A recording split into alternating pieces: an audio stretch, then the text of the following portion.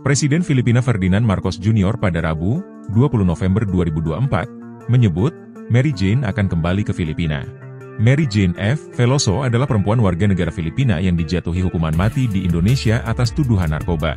Marcos Jr. mengatakan, Mary Jane akan diserahkan ke Filipina setelah dilakukan negosiasi bertahun-tahun dengan Indonesia. Ia menyebut upaya pemulangan Mary Jane sebagai di perjalanan yang panjang dan sulit. Mary Jane diketahui ditangkap di Bandara Yogyakarta pada April 2010 setelah kedapatan membawa koper berisi 2,6 kg heroin dan dijatuhi hukuman pidana mati pada tahun yang sama.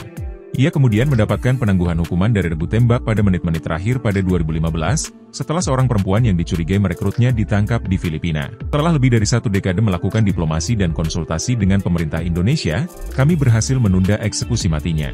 Cukup lama untuk mencapai kesepakatan dan akhirnya, kami akan membawanya kembali ke Filipina, kata Marcos Jr. dalam sebuah pernyataannya. Presiden Marcos menyebut bahwa hasil ini merupakan cerminan dari kedalaman kemitraan Filipina dengan Indonesia untuk bersatu dalam komitmen bersama demi keadilan dan kasih sayang.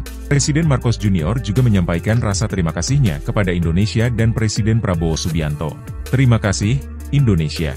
Kami tak sabar menyambut Mary Jane kembali ke rumah, ucap Marcos.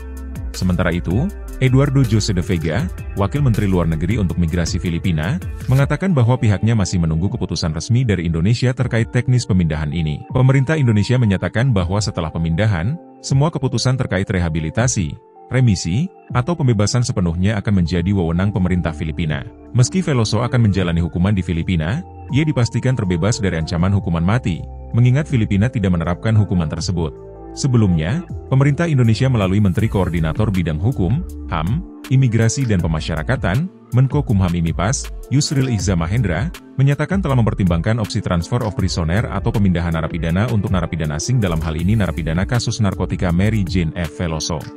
Ia menyebut, pemindahan narapidana untuk narapidana asing disesuaikan dengan permohonan dari pemerintah negara asal. Ia juga mengatakan, telah membahas poin-poin persoalan tersebut kepada Presiden Prabowo Subianto.